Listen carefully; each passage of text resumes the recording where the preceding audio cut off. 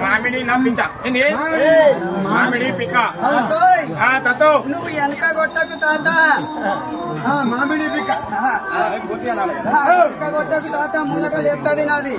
లేచేది అరే ఈడు నడిచిన పోతే దెబ్బలు ఎత్తది తాత అరే ముందర కొడితే వెనక కొడితే ముందర లేస్తుంది అంటావు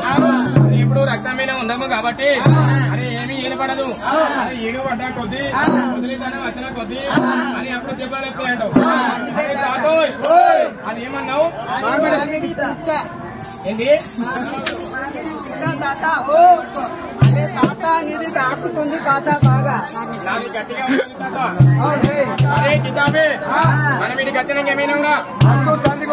మనము తండ్రి కొడుకులం అరే పని మీనికి వచ్చినాక బాబా బామ్మూర్ల